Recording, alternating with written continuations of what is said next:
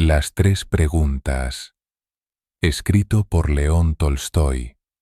A un rey se le ocurrió una vez que, si supiera siempre el momento oportuno para empezar todo, si supiera a quiénes debía escuchar y a quiénes debía evitar, y, sobre todo, si supiera siempre qué era lo más importante que debía hacer, nunca fracasaría en nada que emprendiera. Y habiéndosele ocurrido este pensamiento, hizo proclamar por todo su reino que daría una gran recompensa a cualquiera que le enseñara cuál era el momento adecuado para cada acción, y quiénes eran las personas más necesarias, y cómo podría saber qué era lo más importante que había que hacer. Y acudieron al rey hombres eruditos, pero todos respondieron a sus preguntas de manera diferente. En respuesta a la primera pregunta, algunos dijeron que para conocer el momento adecuado para cada acción, uno debe elaborar de antemano una tabla de días, meses y años y debe vivir estrictamente de acuerdo con ella. Solo así, decían, se podía hacer todo en su momento. Otros declaraban que era imposible decidir de antemano el momento adecuado para cada acción, pero que, sin dejarse absorber por los pasatiempos ociosos, había que estar siempre atento a todo lo que ocurría y hacer entonces lo más necesario. Otros decían que, por muy atento que estuviera el rey a lo que ocurría, era imposible que un solo hombre decidiera correctamente el momento adecuado para cada acción, sino que debía contar con un consejo de sabios que le ayudara a fijar el momento adecuado para todo, pero además, otros decían que había cosas que no podían esperar a ser expuestas ante un consejo, sino que había que decidir de inmediato si se emprendían o no. Pero para decidir eso, uno debe saber de antemano lo que va a suceder. Solo los magos lo saben, y por lo tanto, para conocer el momento adecuado para cada acción, hay que consultar a los magos. Igualmente variadas fueron las respuestas a la segunda pregunta. Algunos dijeron que las personas que más necesitaba el rey eran sus consejeros, otros, los sacerdotes, otros, los médicos, mientras que algunos dijeron que los guerreros eran los más necesarios.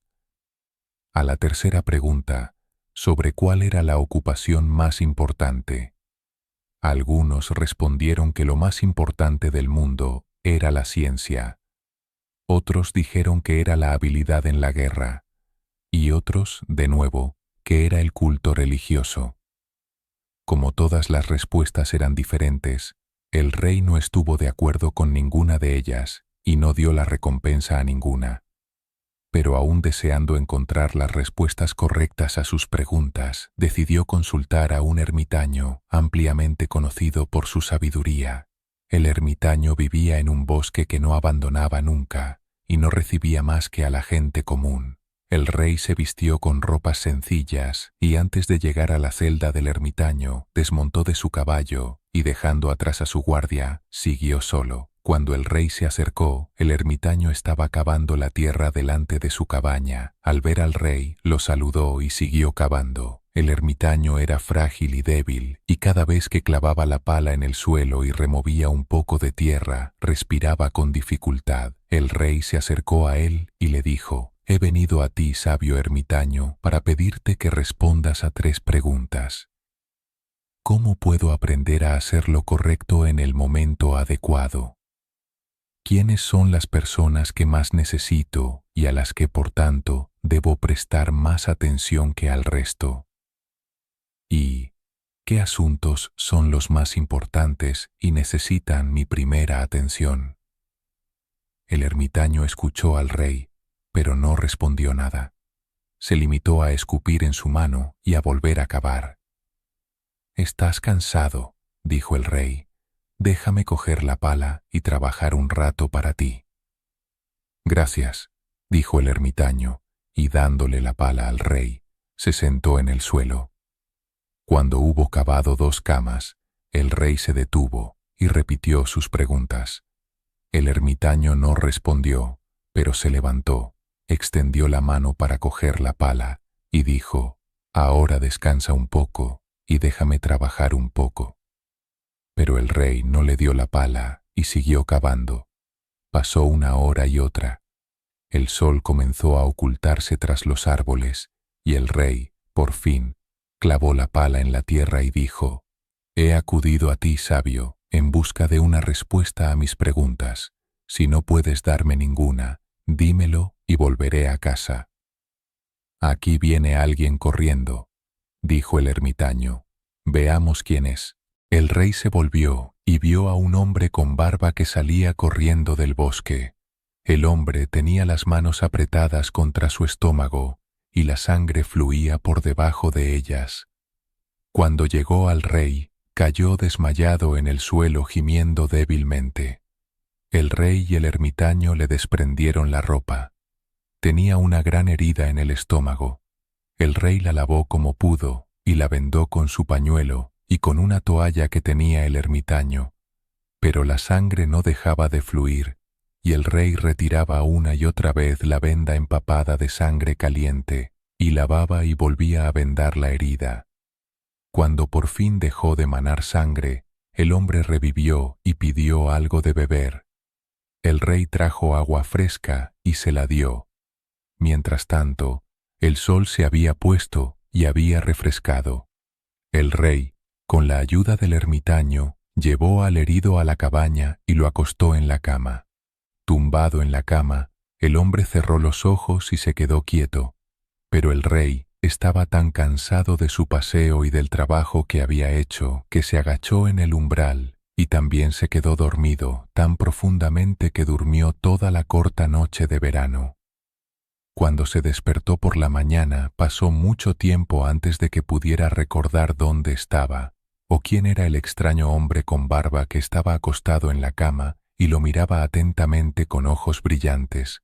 «Perdóname», dijo el barbudo con voz débil, cuando vio que el rey estaba despierto y lo miraba. «No te conozco y no tengo nada que perdonarte», dijo el rey. «Tú no me conoces, pero yo sí te conozco. Soy ese enemigo tuyo que juró vengarse de ti, porque ejecutaste a su hermano y te apoderaste de sus bienes. Sabía que habías ido solo a ver al ermitaño, y resolví matarte a tu regreso. Pero pasó el día y no volviste. Así que salí de mi emboscada para encontrarte, y me topé con tu escolta, que me reconoció y me hirió. Escapé de ellos, pero habría muerto desangrado si no hubieras curado mi herida. Deseaba matarte, y tú me has salvado la vida. Ahora, si vivo, y si tú lo deseas, te serviré como tu más fiel esclavo, y ordenaré a mis hijos que hagan lo mismo. Perdóname». El rey se alegró mucho de haber hecho las paces con su enemigo con tanta facilidad, y de haberle ganado como amigo, y no solo le perdonó, sino que dijo que enviaría a sus criados y a su propio médico para que le atendieran, y prometió devolverle sus bienes. Después de despedirse del herido, el rey salió al pórtico y buscó al ermitaño. Antes de marcharse, quiso pedir una vez más una respuesta a las preguntas que había formulado. El ermitaño estaba fuera, de rodillas, sembrando semillas en los lechos que habían sido cavados el día anterior. El rey se acercó a él y le dijo: «Por última vez te ruego que respondas a mis preguntas, sabio». «Ya te han contestado», dijo el ermitaño todavía agachado sobre sus delgadas piernas y mirando al rey, que estaba de pie ante él. «¿Cómo se ha respondido? ¿Qué quieres decir?», preguntó el rey. «¿No ves?», respondió el ermitaño. «Si ayer no te hubieras compadecido de mi debilidad y no hubieras cavado esos lechos para mí, sino que hubieras seguido tu camino, ese hombre te habría atacado y te habrías arrepentido de no haberte quedado conmigo. Así que el momento más importante era cuando cavabas los lechos, y yo era el hombre más importante, y hacerme el bien era tu asunto más importante. Después, cuando aquel hombre corrió hacia nosotros, El momento más importante fue cuando le atendisteis, pues si no le hubierais vendado las heridas, habría muerto sin haber hecho las paces con vosotros. Así que él era el hombre más importante, y lo que hicisteis por él fue vuestro asunto más importante. Recuerda, pues, que solo hay un momento importante, ahora.